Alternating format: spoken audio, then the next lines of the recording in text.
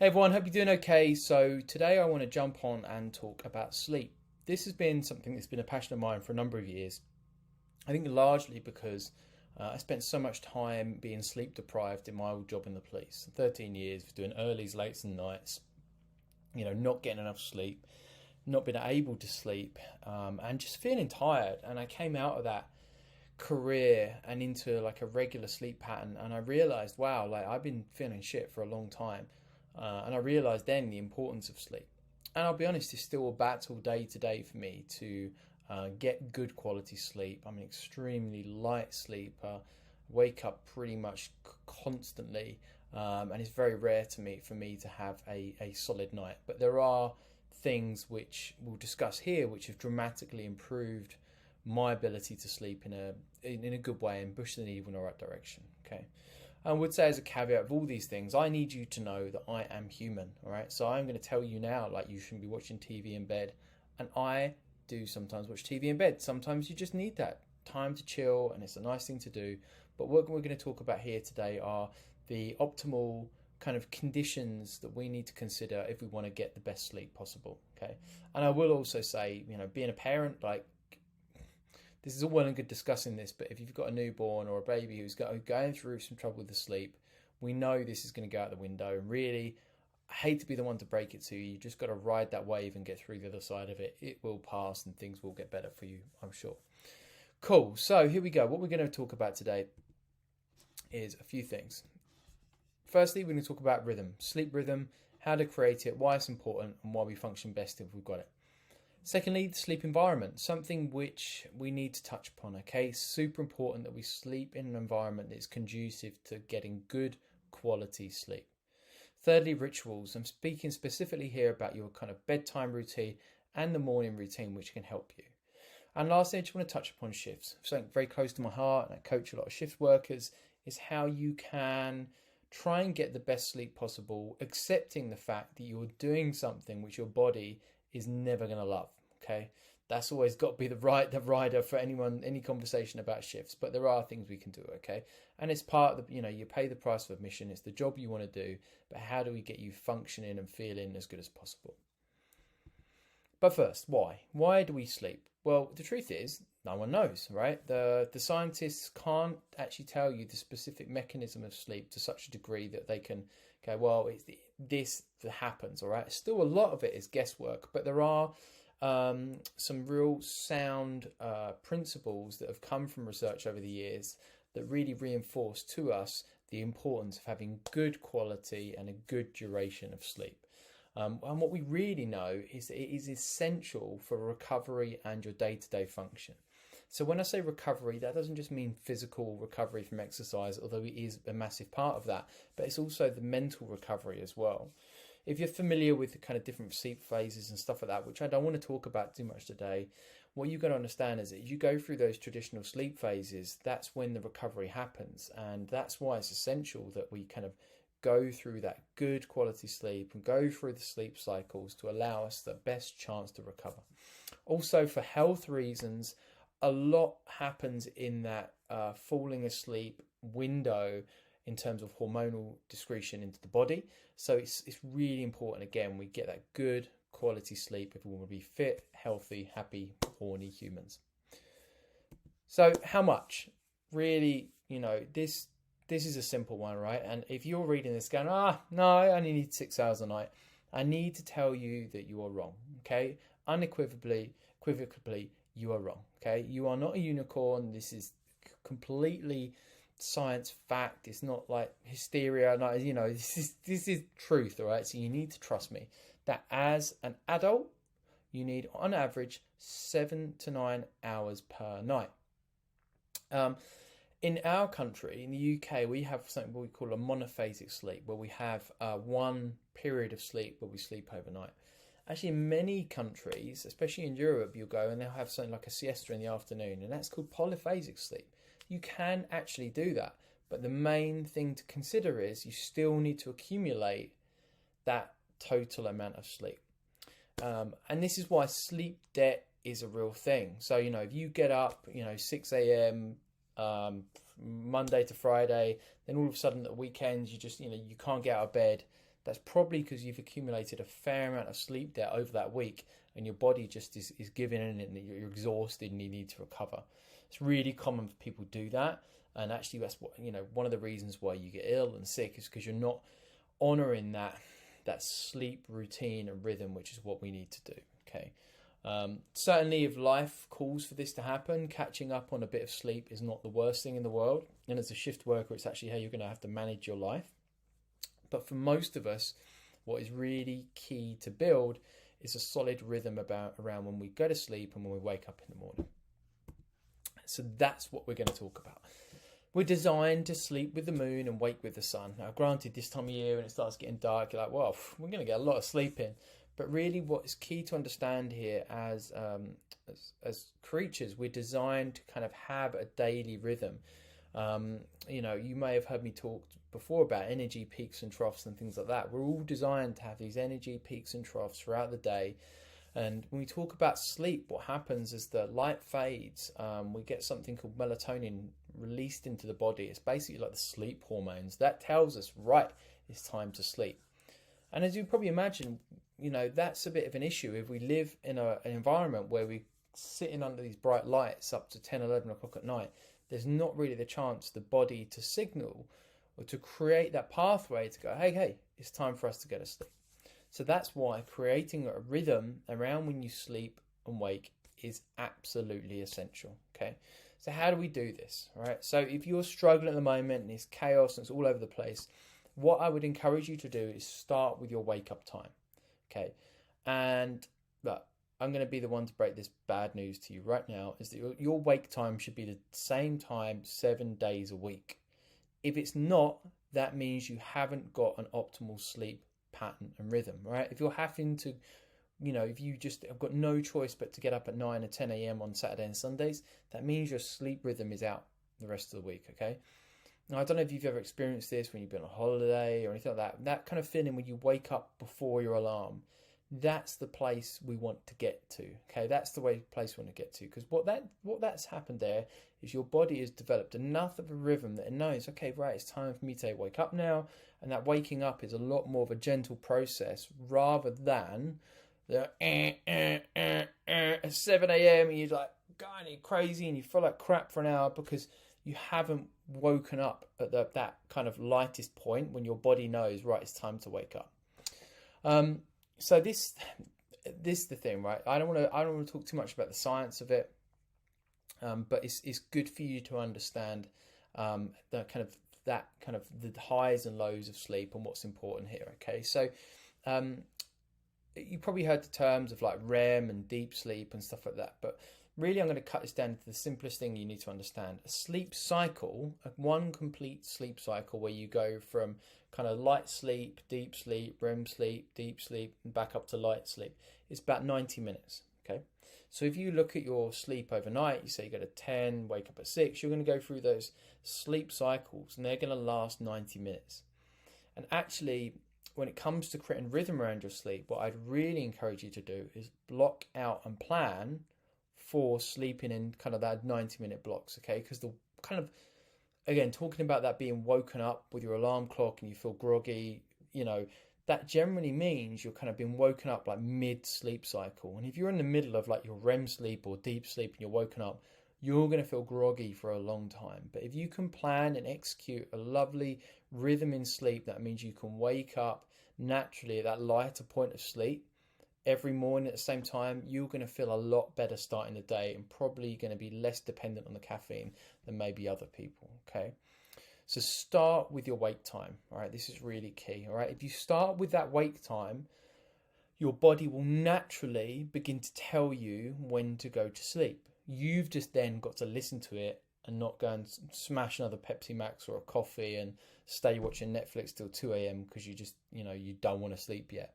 So when you're implementing this and you want to get that sleep pattern going, start with your wake time, be consistent with it.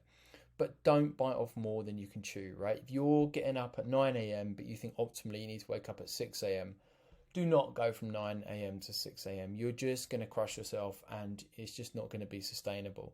What I would advise you to do is maybe go to 20, 30 minutes each week until you've got there, okay? So say if say if you're getting up at 9, you want to get up at 6. So for the first week or so, get up at 7:30, then 8, then so this is a long process. But the point is that you want to push your body to creating that natural rhythm rather than trying to hit it with a hammer and just go, right, we're just going to wake up at 6 a.m. There's a greater chance you won't stick with it if we do that. Okay. Napping. A big fan of napping, but there are some rules and parameters around it which you need to be aware of. Okay. Napping should be kept to either a short nap of 30 minutes or, we've talked about above, a 90-minute sleep cycle. Okay. The actual danger zone for a nap is about 60 minutes, but bizarrely, that's kind of one of the biggest, people, I'll have a nap for an hour. Like, don't do that, okay? Don't do that. The 30-minute nap is a good option, or a 90-minute one is an even better one.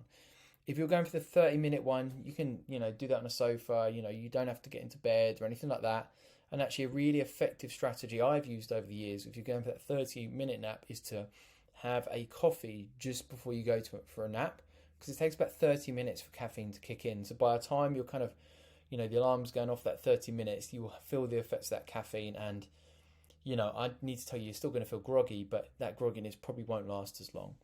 If you're going for a 90-minute nap, I would definitely say that's a get in bed, get your kit off kind of deal, and have a proper sleep. Turn the lights off, as we talk about, okay? But napping by itself is not a problem.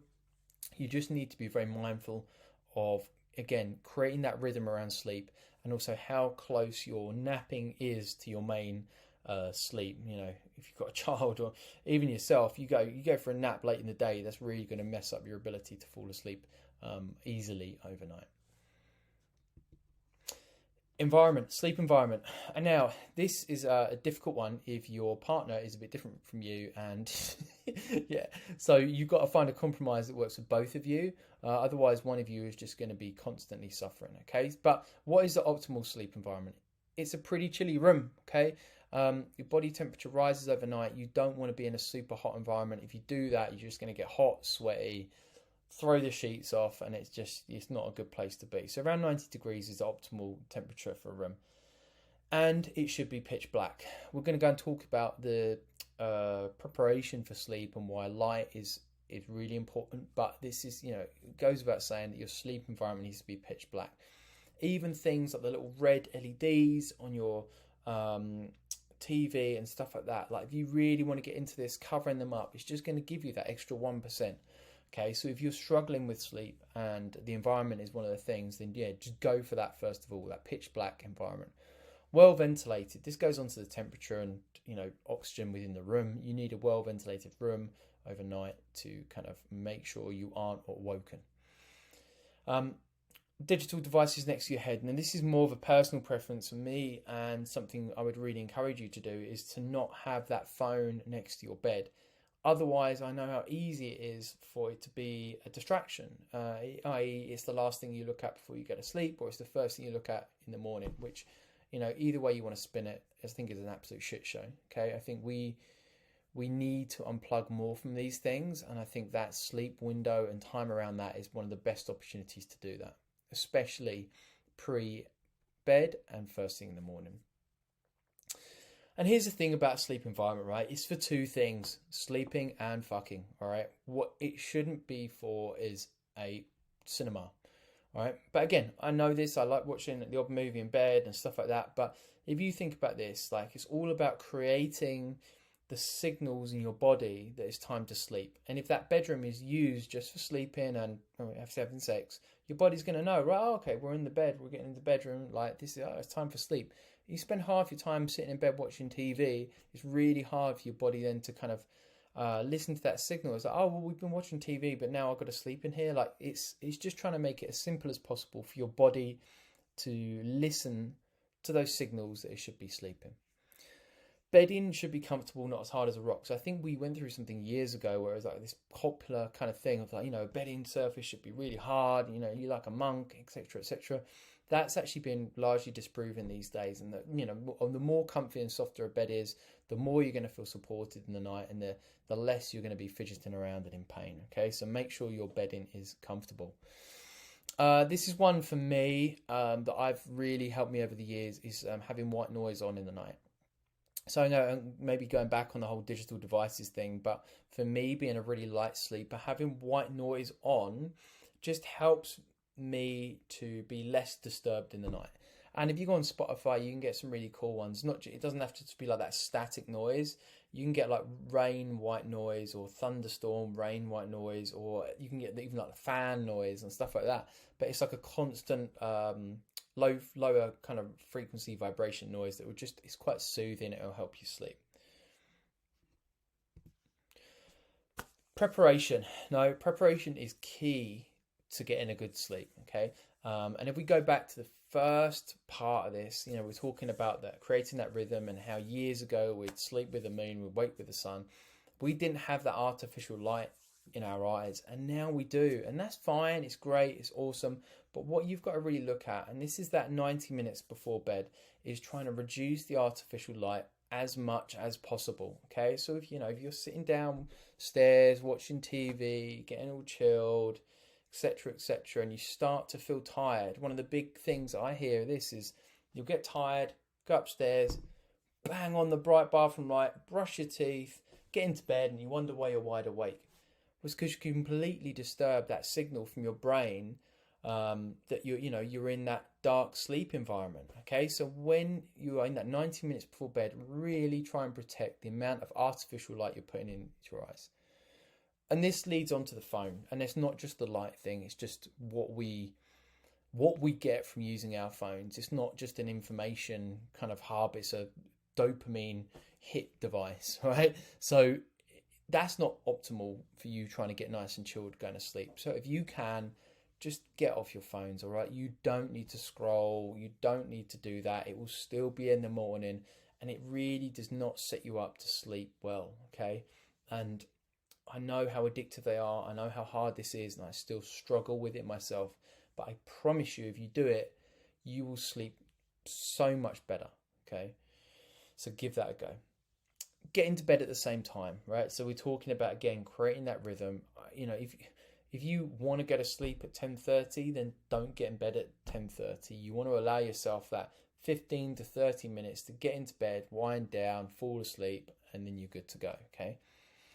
When you get into bed, what is a good, ritual for falling asleep?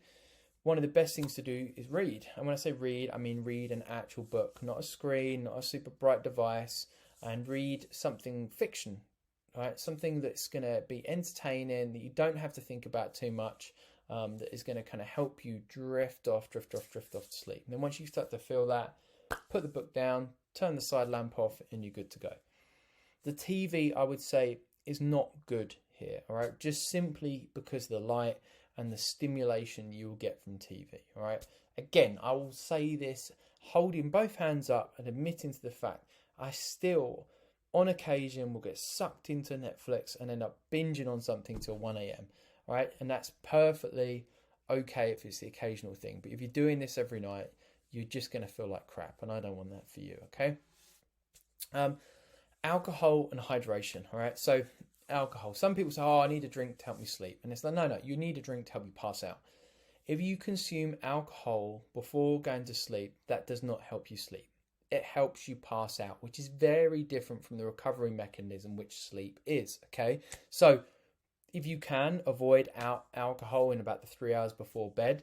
But if you're going on a big bender, you just got to pay the price of admission and know that you might feel like you've knocked out and gone to sleep, but you won't be getting good sleep that night because alcohol actually inhibits the process of the sleep patterns and rhythms. Hence why, you've been out on a big one, you're always going to feel crap the next day.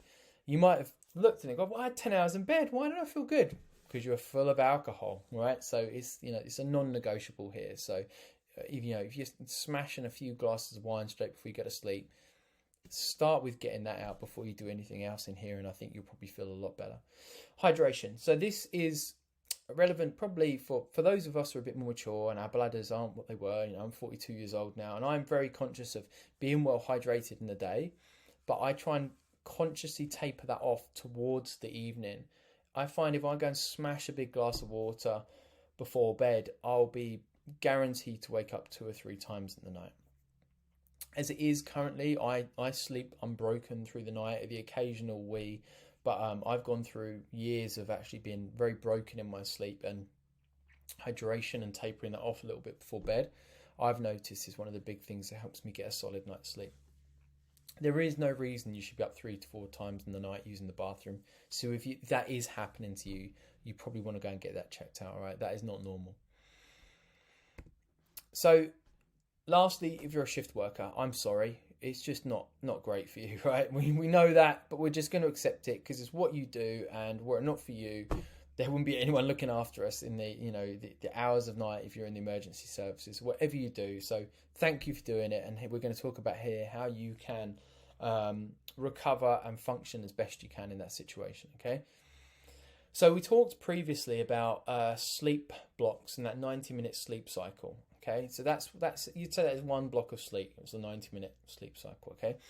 Now, what you would want to do optimally is look at what you should be getting over a 7-day period. Say if you're trying to get 7.5 hours sleep in a night, or 8 hours sleep, whatever it is, the lines of that 90-minute block, how much would that look at over the week?